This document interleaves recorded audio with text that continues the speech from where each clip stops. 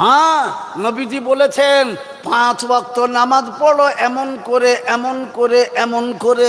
কোরআন পাকে মহান আল্লাহ পাক জানিয়ে দিয়েছেন হালাল খাদ্য খেয়ে 5 ওয়াক্ত নামাজটাকে আমরা পরিষ্কার পরিচ্ছন্ন ভাবে আদায় করব। নামাজ এমন ভাবে আদায় করি, কোরআন বলে দিয়েছে ইন্নাস সালাতা তানহা আনিল ফাহশাই ওয়াল মুনকার। নিশ্চয়ই নামাজ এমন একটা জিনিস, সমস্ত রকমের খারাপ কাজ থেকে নামাজ আপনাকে সরিয়ে রাখবে। জোরে বলুন, হয়ে যায় কি হয়, কি হয় না? জোরে বলুন। সে একবারে কি জানলো না জানলো, আল্লাহু আকবার। আমাদের দোয়া সানা আর বিসমিল্লাহটা পড়তে পড়তে ওদের আল্লাহু আকবার গেল, উঠলো ঠুকলো, উঠলো করতে করতে আমার 2 রাকাত হতে হতে 4 রাকাত ছাড়া হবে না। নামাজ পড়ো কেমন করে, জোরে সোরে আপনাদেরকে জিজ্ঞেস করে উত্তর দেবেন। আপনাদের কোর্ট কৃষ্ণনগরে না তেহট্টই? তেহট্টই। আচ্ছা, তেহট্ট কোর্টে যদি মামলা হয়, আপনি সে আসামির কাঠগড়াতে হাকিমের সামনে যখন দাঁড়াবেন, ঢুকবেন, জোরে বলুন, সেখানে দাঁড়িয়ে এরকম করে করতে পারবেন? ওই কাঠগড়ার ভেতর দাঁড়িয়ে হাকিম বলবে কোন বেয়াদব রে, হ্যাঁ? আমি হাকিম, আমার সামনে দাঁড়িয়ে এদিকে তাকাচ্ছে ওদিকে তাকাচ্ছে, পাথা চুলকাচ্ছে মাথা চুলকাচ্ছে, এ সত্যিই বেয়াদব তো। কোনো সাক্ষী সংবাদ লাগবে না, একবার দিল লাল কলমে দেও কোজন হতে বলবে কি না? তো আমরা যখন নামাজ পড়তে দাঁড়াই, তো আমাদের সামনে কে থাকে? জোরে বলুন। আরে মুসলমান, জোরেও বলতে পারছি না।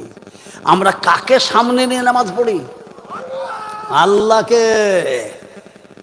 বলা হয়েছে, হাদিসের মধ্যে আছে, তুমি যখন নামাজের জন্য নিয়ত করবা, তো তুমি এমনি করে হাতকে তোলো। কেমন করে? এ দেখেন হাত তুলছে এরকম করে, এই দিকটা সামনে আর পিছন দিকটা পিছনে। কেন? এর মতলবটা কি জানেন? নামাজ তো পড়ি আমরা আজীবন, শুধু আল্লাহ না, তুমি এরকম করে হাত তোলো।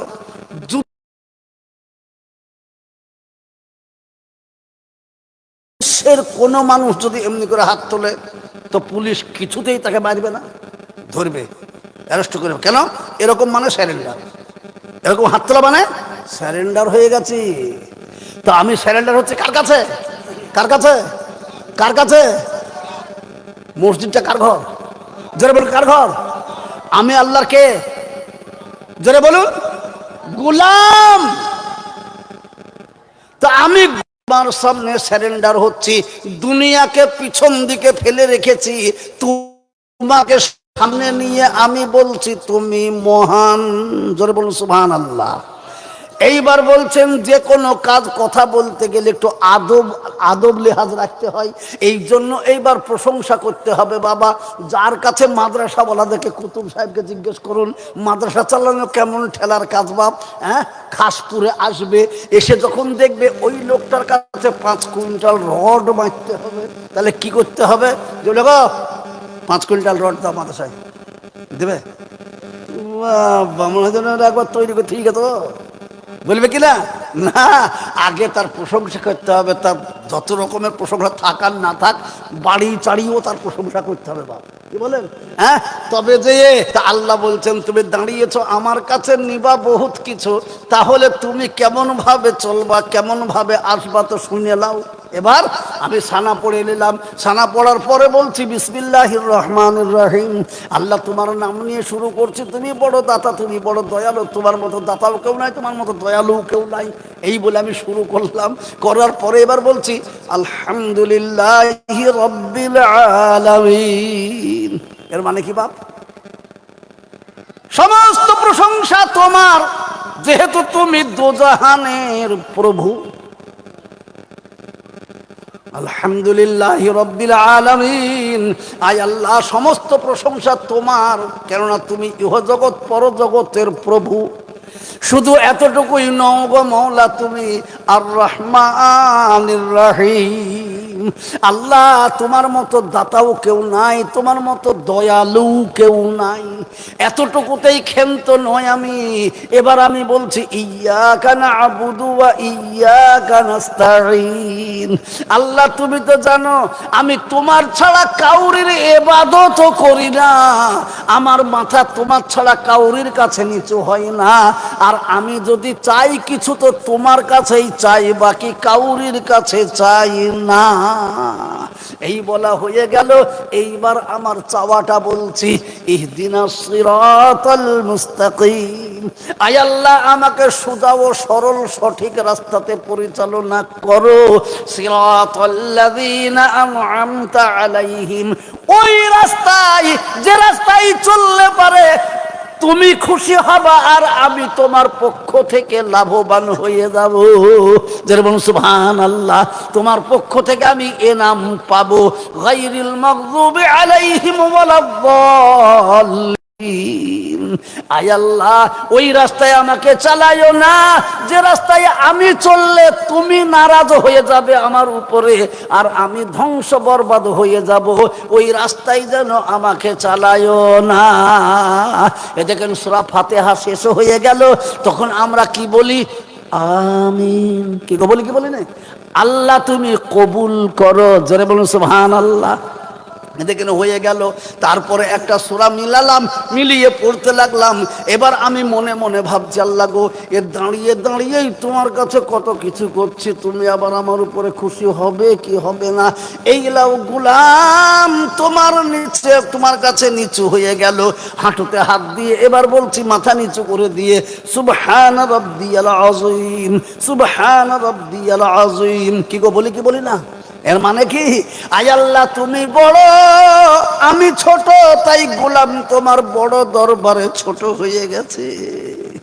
আল্লাহ পাক তাবারক ওয়া তাআলা ফেরেশতাদেরকে বলবে, ফেরেশতারে যাদেরকে পয়দা করার জন্য নিষেধ করেছিলি আজ সেই বান্দাদেরকে তাকিয়ে দেখ, আমার ঘরে এসে আমার বান্দারা তাদের উঁচু মাথাটাকে একেবারে নিচু করে দিয়ে কেমন ভাবে আমার কাছে নত হয়েছে। আল্লাহু আকবার। ফেরেশতারা বলবে মাওলা সত্যি সেদিন আমাদের ভুল ছিল গো আল্লাহ, তো যারা নত হয়েছে এমনি করে পড়ে আছে আল্লাহ তাদেরকে তুমি ভুলো না, তাদের গুনাহকে তুমি মাফ করে দাও, তাদের উপর রাজি হয়ে যাও। আল্লাহ বলবেন ফেরেশতা হাঁটুতে হাত দিয়ে অর্ধেক সারেন্ডার হয়েছে, এতেই তোরা দেখে আশ্চর্য হয়ে গেলি নাকি? বলে আল্লাহ এর পরে কিছু করবে তো দেখ তাকিয়ে কি করে। সুবহানাল্লাহ। এবার হাঁটুতে হাত দিয়ে সুবহান রাব্বিয়াল আযীম বলতে বলতে মনে মনে করবে আল্লাহ গো এটা তো অর্ধ সারেন্ডার হয়েছি, এতে তুমি রাজি খুশি হবে কি হবে না? এই লাও সামি আল্লাহু লিমান হামিদা বলে খাড়া হয়ে গেলাম, যে মনটা মানছে না আল্লাহু আকবার বলে একেবারে মাটিতে মাথা নিয়ে গেলাম, মাটিতে মাথাকে ঠেকিয়ে দিয়ে বলছি সুবহান রাব্বিয়াল আলা। আল্লাহ তোমার জাত অতি পাক ও পবিত্র, তুমি উচ্চ আমি নিচু, তাই তোমার উঁচু দরবারে গোলামের মাথা নিচু হয়ে গেছে। ধরে বলুন সুবহানাল্লাহ। নবী আমার বলেন বান্দারে ও আমার উম্মত তুমি মসজিদে গিয়ে যাই নামাজের সিজদায় গিয়ে সুবহান রাব্বিয়াল আলা বলতে বলতে যদি চোখের পাশ দিয়ে এক ফোঁটা পানি বের করতে পেরেছো আর এক কাতরা পানি যদি যাই নামাজে ফেলতে পেরেছো, তো ওই এক ফোঁটা পানির এত দাম, এত দাম, এত শক্তি, এত শক্তি আল্লাহ রেখেছে যে ৭ জাহান্নামের আগুন তোমার জন্য হারাম হয়ে যাবে। আল্লাহু আকবার।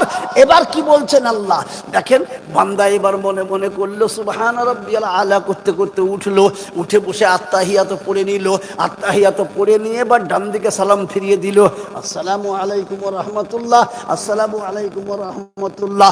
সঙ্গে সঙ্গে আল্লাহ বললেন বান্দারে তুমি যখন ওযু করেছো নামাজের জন্য, তখন এই হাতের দ্বারাই, পায়ের দ্বারাই, মুখের দ্বারাই, ব্রেনের দ্বারাই, পায়ের দ্বারাই যত ছোট পাপ করেছো ওযুর পানির সঙ্গে সেগুলোকে ধুয়ে মুছে আমি পরিষ্কার করে দিয়েছি। ধরে বলুন সুবহানাল্লাহ। তারপরে যখন তুমি নামাজ পড়ে নিলে, সালাম যখনই ফিরিয়েছো, তো তোমার সব পাপ আমি মাফ করে দিলাম। ধরে বলুন সুবহানাল্লাহ। এবার বলুন নামাজ সালাম ফিরিয়ে দিয়ে আমরা পালিয়ে আসি না কিছু করি? সালাম ফিরিয়ে দিয়ে কিছু করি কি করিনি? করি। যেমন সালাম ফিরানো হয়ে গেল রমনি বলি আস্তাগফিরুল্লাহ আল্লাযী লা ইলাহা ইল্লা হুয়াল হাইয়ুল কাইয়্যুম সুবহানাল্লাহ ওয়া আলহামদুলিল্লাহ। কে গো বলি কি বলিনি? এই বলতে বলতে মন মানছে না রে বাবা, আবার আমি মিসকিনের মতো দুটো হাতকে প্রসারিত করে দিয়ে বলছি রব্বানা আতিনা ফিদ দুনিয়া হাসানা ওয়া ফিল আখিরাতি হাসানা। কি গো বলি কি বলি না? আয় আল্লাহ, ওগো আমার মালিক, ওগো আমার রব, আমি তোমার কাছে মিসকিনের মতো দুটো হাতকে পেতেছি। যতদিন আমি দুনিয়াতে বেঁচে থাকবো আমাকে শান্তি এবং সুন্দরভাবে রেখো, আমাকে সব থেকে ভালো রেখো।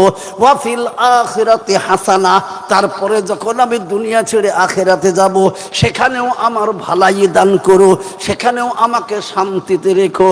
মাওলা নবীজির কাছে একটি কথা শুনে মনে বড় ভয় হয়, ওই জাহান্নামের আগুনের কথা শুনে। তাই অবশেষে তোমাকে বলি ওয়াকিনা আযাবান্নার, আল্লাহ সেই ভয়ঙ্কর কঠিন জাহান্নামের আগুন থেকে আমাকে হেফাজতে রেখো। মহান আল্লাহ পাক তাবারক ওয়া তাআলা বলেন, বান্দা রে, তুই নামাজের জন্য ওযু করেছিলি তো ছোট পাপ মাফ করে দিয়েছি, নামাজ যখন পড়ে নিলি তো বড় পাপও মাফ করে দিলাম। আবার এত করার পরেও যখন তুই আমার দামান ছাড়ছিস না, ফের বলছিস রব্বানা, তো ওরে আমার বান্দা শুনেলে শুনেলে তোর ইহ জগৎ